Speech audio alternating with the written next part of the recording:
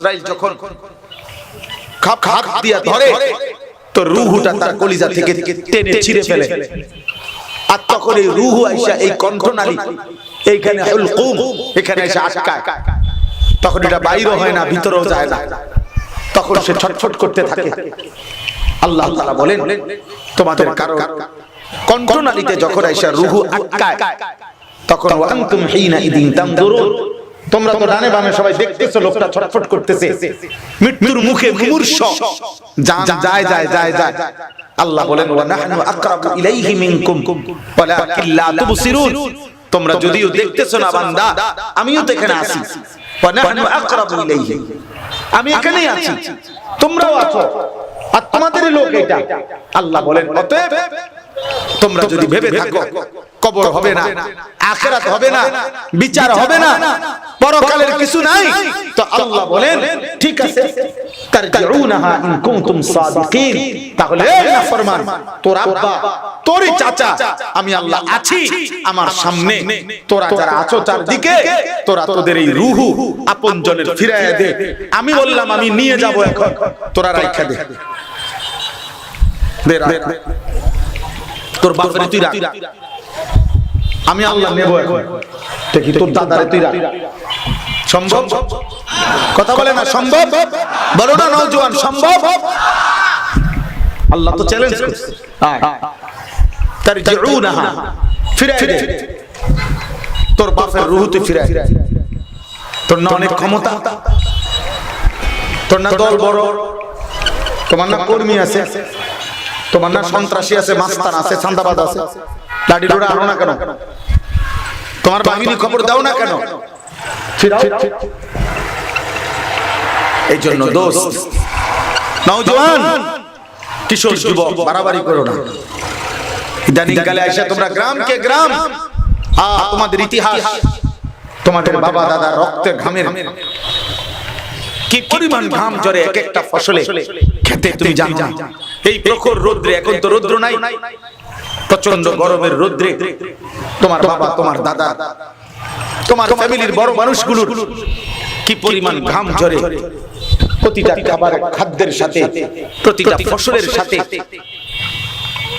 এই পরিমাণ রক্ত পানি করা ঘামের মেহনতের টাকা, তা কষ্ট করে আইসা যখন জমায়, সেই কষ্টের ঘামে ভেজা রক্ত মাখা পানি ঝরানো ঘাম ভিজানো টাকায় তুমি নারী দেখো, ছবি দেখো, উলুগুলো দৃশ্য দেখো, মোবাইলের নর্তকী দেখো, আহা মুসলমানের বাচ্চা মুসলমানের ঘরে জন্ম নিয়া এক ওয়াক্ত নামাজ পড়ো না, 365 দিনে খোদা এক বছরে কোন দিন ফজরের নামাজ জানো না কখন ওয়াক্ত হয়। আহা নাফরমান, মুসলমানের ঘরে এমন নিকৃষ্ট হইলা কেন? আল্লাহকে এমন বলা কেমনে ভুললা? বলেন বাবা, এই বাবা, আপনাদের যে সমস্ত ছেলে মেয়ে নামাজ পড়ে না, এক ওয়াক্ত ফজরের নামাজ পড়ে না, বিবি বাচ্চা যারা একদিনও এই নাফরমানকে নিয়ে সংসার করেন কেমনে? তার জন্য রোজগার করেন কেন মিয়া? যার কপালে সেজদা নাই ও তো মানুষের বাচ্চা না, ও তো ইনসান না, ও তো আনআম, ও তো চতুষ্পদ জন্তু, জানোয়ার। রবের গোলামি যে করে না, আল্লাহর গোলামি যে করে না, ও মানুষ কিসের আবার? ও তো জানোয়ার, ও তো আনআম। যদি বলেন জানোয়ার রাগ করবে, তাহলে জানোয়ারের চেয়ে নিকৃষ্ট। মানুষ এবং জানোয়ারের মাঝখানে কোনো প্রাণী নাই। লোকটা মানুষও না, গরুও না, তো কিটা? তো মাঝখানে আরেকটা কি বুঝেন নাই? মানুষ এবং ছাগলের মাঝখানে আর কোনো প্রাণী আছে? হয় সে মানুষ, আর নয়তো সে চতুষ্পদ জানোয়ার। এবার যদি বলেন না এটা না, তাইলে আরো নিচে। এই জন্য আল্লাহ বলছে বালহুম আদাল, যে জানোয়ারের চাইতে নিচে, জানোয়ারের চাইতে নিকৃষ্ট। মাওলানা সাহেব ওই যে হুজুর সাহেবরে দেখেন, হুজুর পুরা পাঞ্জাবিওয়ালা হুজুর, হুজুর ভিডিও করতেছে। হ্যাঁ হ্যাঁ মাওলানা সাহেব, আমি ছেড়ে দেই না মানুষটা, আর বড় বেজাল লোক। আমি নতুন পুরাতন বুঝি না, এখানে নতুন আসছি ওখানে পুরান আইছি, ওই নতুন পুরান এত কিছু আমার দরকার নেই। আমি একবারে আসছি মনে করেন, আর যদি কোনোদিন আসতে না পারি আইলাম না। কেউ আমি জানি না আমরা আগামীর গন্তব্য আমাদের কার কখন কোথায়, কেউ জানি আমরা? খালাস আজ আসছি, আজই বললাম, বাকি কথা আগামী বছর কম কিনতাম, আগামী বছর কইতাম আজকেই শেষ কথা। বাকি কথা আগামী বছর কি দরকার, আগামী বছর যদি না আসি এরকম হাওলাত কি লেগে দিতাম। এখনই বলি আল্লাহর দিকে ফিরে, আখিরাত ভুলবেন না। আচ্ছা, চারিদিকে আপনাদেরকে দুশমন, আপনাদের 8টা জেলা রংপুর বিভাগে আপনাদেরকে দুশমন বেষ্টনী দিয়ে রাখছে, আপনাদেরকে দুশমন আটকায় ফেলছে চারদিকে।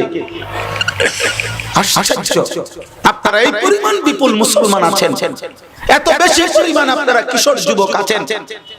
এই মুসলমানের বাচ্চা নওজোয়ান, তোর কলিজায় যদি ঈমান থাকে তো কাদিয়ানি বেঈমান এই জমিনে কেমনে মুসলমানকে বেঈমান বানায় কেমনে?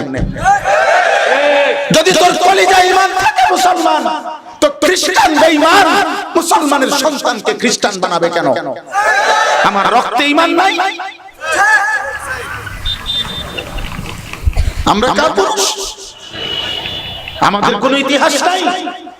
1450 বছরে এই পৃথিবীতে মুসলমানের সাথে চূড়ান্ত লড়াইয়ে আজ পর্যন্ত পৃথিবীর কোথাও মুসলমান চিরতরে নিশ্চিহ্ন হয়ে গেছে।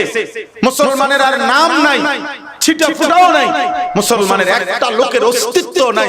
আল্লাহর জমিনে এমন কোন জমিন এখনো পৃথিবীতে নাই। ইসলাম সূর্যের মতো, সূর্য কোনো একদিকে যদিও ডোবে আরেক দিকে উঠে, এজন্য পৃথিবীর কোথাও কখনো কোন আল্লাহর কুদরত এটা, মুসলমান যদি কোথাও নির্যাতিত হয় অন্য জায়গায় ইসলামের বিজয় ওড়ে।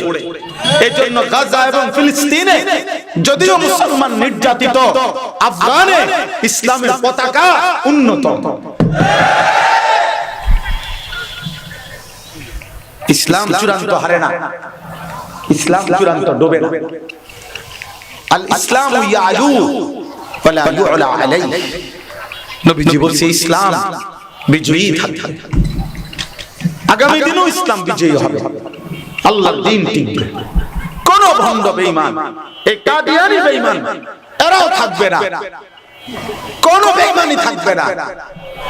ইসলামের বিজয়ী হবে, কোরআনের বিজয়ী হবে। আজ চারিদিকে আমি সব জানি, আমি আপনাদের